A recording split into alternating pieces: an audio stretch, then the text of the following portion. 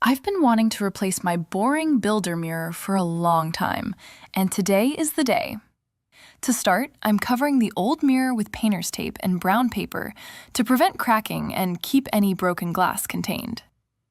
To get it off the wall, I'll push a wood shim into the back corner to create a slight gap. Then I'll use a heat gun to soften the adhesive putty holding it in place. Once the putty is warm, I can gently pull the mirror away until it releases. After the mirror is off, I'll use a paint scraper to remove the leftover putty and unscrew the silver mounting brackets. To prep the wall for paint, I'm overfilling the holes with spackle. Once dry, I'll use a sanding sponge in a circular motion to get a perfectly smooth, even finish. For the paint, I'm applying 2 coats of blue, using a large wall brush instead of a roller to add a bit of texture. Finally, I'll hammer a nail into the wall stud I located earlier. The new mirror slips right on, adding so much character and charm to this small space.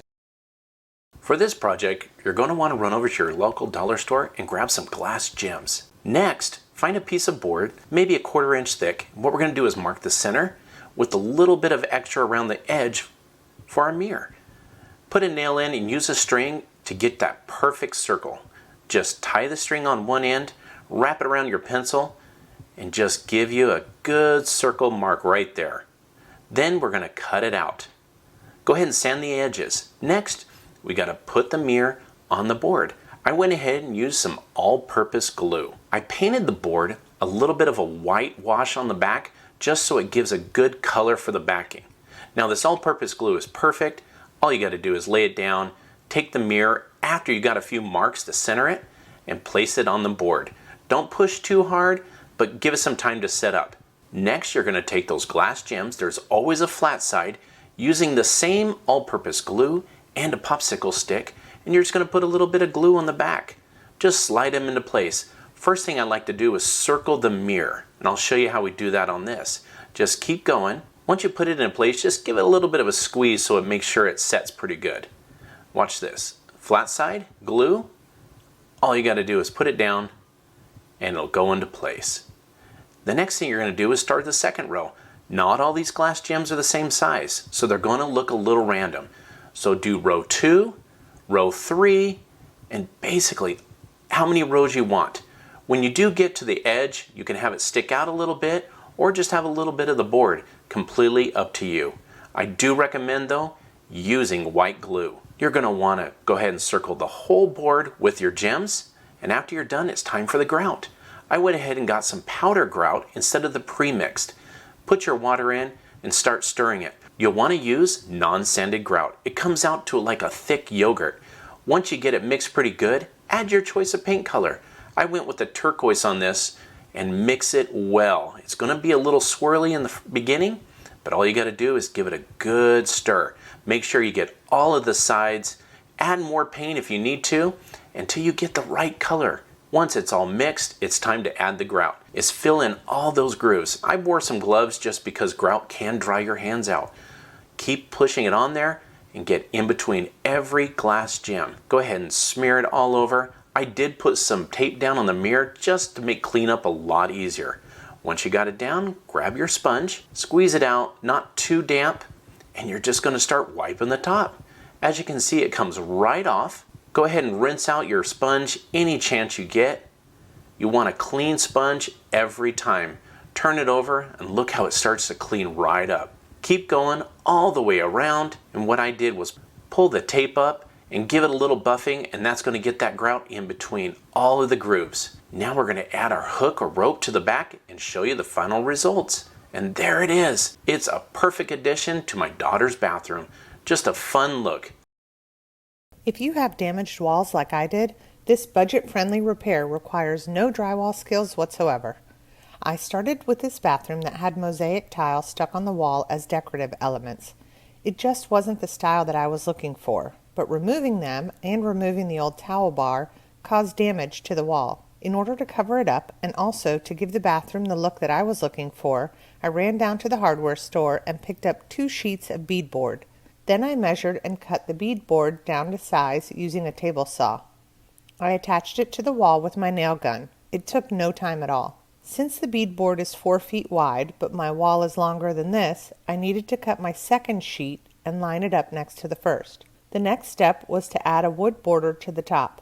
I used very inexpensive common board, and the size I used was 1x8. I measured the length I needed and cut it to size. Then I painted the top of it before attaching it to the wall. This way I didn't have to paint the top when it was in place, because I'd surely end up painting the wall accidentally if I tried that. When I attached the board, there was a small gap between the wood and beadboard, but it was easy to fill this gap using paintable caulking. Once that dried, I got started with painting. Here, you could really change the look of your room by painting the entire thing a dark gray or even black to make it look modern, or a bright blue for a nautical or coastal look, but I stuck with white for this particular bathroom. In order to finish off my beadboard accent, I added hooks. After that, I added my towels and a new shower curtain, and my quick little bathroom upgrade was complete. I really like the way it looks, and I'm glad I was able to remove the old mosaic tile on the wall without having to patch drywall or call someone in to make repairs. Are you a renter or homeowner looking for a non-permanent way to jazz up your bathroom? Then here's your sign to get a little crafty, break out your tools, and get to work. For this project, I first measured my bathroom mirror to determine its dimensions, then headed to the hardware store to pick up my supplies. I found some 4-foot pre-cut 1x4s and got a total of 6 for my project. Once I got home, I attached 2 of the boards with a bit of adhesive and a mending plate on one side. Then I repeated that for 2 more boards. For my sized mirror, I cut the 2 longer connected boards to 63¼ inches and the 2 shorter boards to 33½ inches using my jigsaw because that's what I have. Next, I attached all the boards together into a rectangle using a corner bracket in each corner. On the same side, I used the mending plates. Then I painted the very top and the inner border of the frame with some dark green paint I already had on hand. For the next step in this project, I used these black and white flower peel and stick tiles I found on Amazon. I first cut the tiles in half so I had 1 flower on one side and 2 on the other side.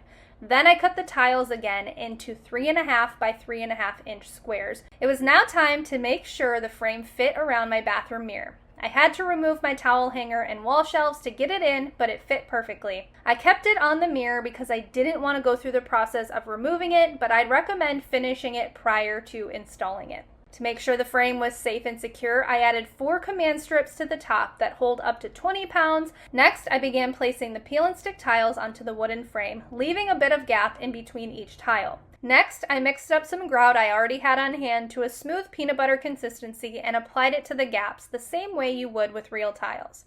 You could also use caulk or joint compound to get the same effect. Lastly, I hot glued some Dollar Tree nautical rope to the inside edge of the frame to hide the reflection of the command strips. Now my boring bathroom mirror has some personality and is super cute with the addition of this renter-friendly frame. I hope this tutorial inspired you to create your own framed bathroom mirror.